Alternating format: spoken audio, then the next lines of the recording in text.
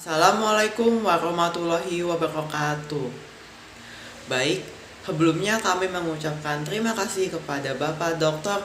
Primo Johendradi SSI MSI atas ilmu yang telah diberikan. Selanjutnya, kami dari kelompok 21 kelas PSI I1 yang beranggotakan saya Muhammad Fadil Abdurrahman dengan NIM 187241048 dan rekan saya Hasya Azamaksari Oksigen Daru dengan NIM 187241019. Dan kami akan membahas artikel yang berjudul Peran Intranet dalam menjembatani komunikasi internal di korporat. Dan artikel tersebut itu tentunya berhubungan dengan materi yang akan dibahas, yakni telekomunikasi dan jaringan. Selanjutnya, saya akan membahas tentang apa itu komunikasi.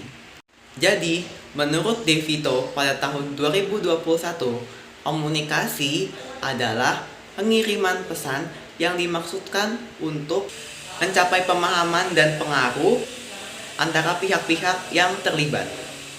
Dan selanjutnya, saya akan menjelaskan tentang jenis-jenis komunikasi yang ada di perusahaan.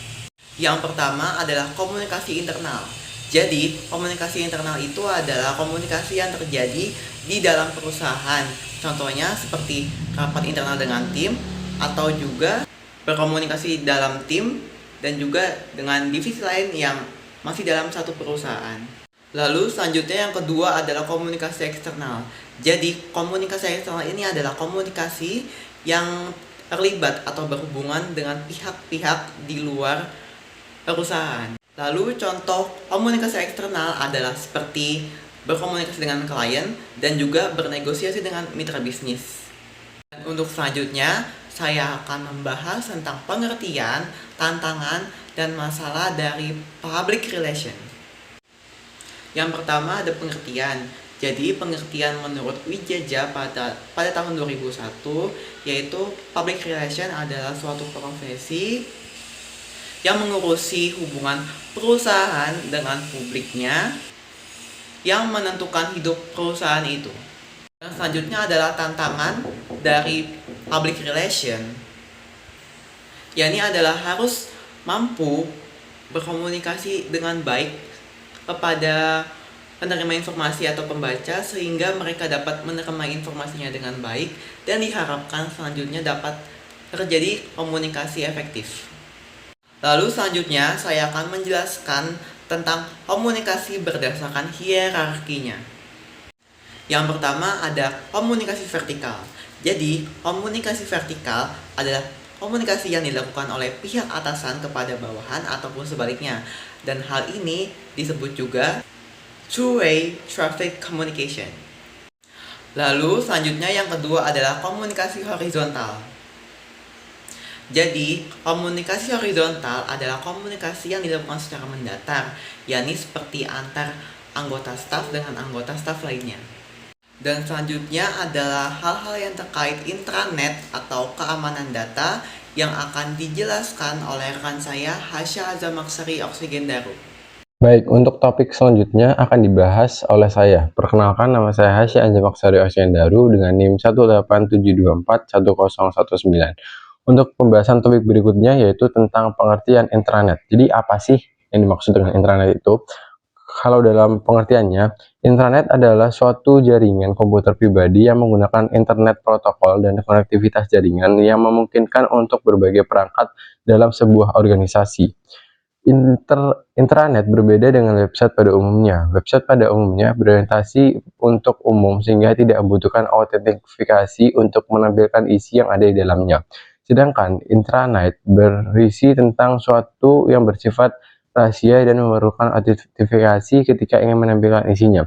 Jadi di dalam intranet itu hanya orang-orang tertentu, hanya orang-orang yang memiliki autentifikasi atau identifikasi tertentu yang mengetahui password, kata sandi, dan lain-lain yang bisa membuka website tersebut. Berbeda dengan internet yang semua orang dapat mengaksesnya. Mau itu mengerti password atau tidak, semua orang dapat mengunjungi dan juga membuka suatu website.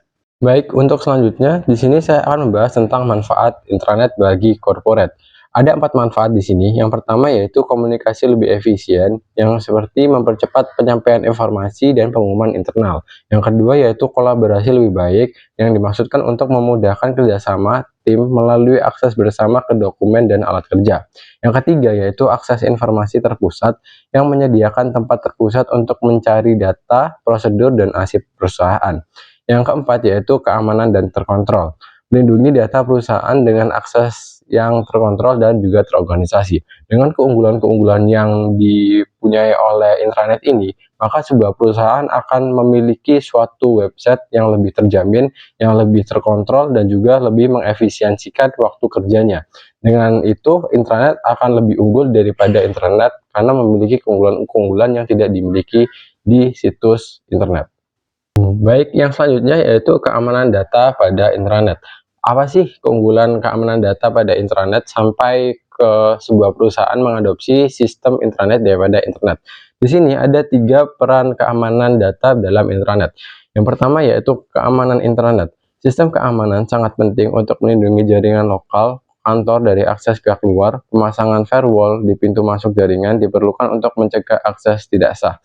Itu dari TUNG 1997 di halaman 123. Yang kedua yaitu peran web server private, yaitu web server pada intranet digunakan untuk menyimpan dan berbagai file proyek serta data internal. Akses ke halaman tertentu dapat dibatasi hanya untuk anggota atau organisasi. Yang ketiga yaitu kinerja intranet. Ada 6 kriterianya, yaitu 6 kriteria utama yang perlu dipertimbangkan dalam menilai kinerja internet, meliputi keandalan jaringan, kinerja jaringan, keamanan jaringan, keterbatasan jaringan, akses telepon lokal, serta dukungan dan pelayanan pengguna.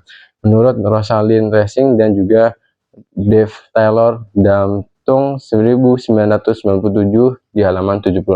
Jadi ada 3 fungsi utama internet dalam menjaga keamanan data. Yang pertama yaitu keamanan intranet, yang kedua itu peran web server private, yang ketiga itu kriteria kerja intranet.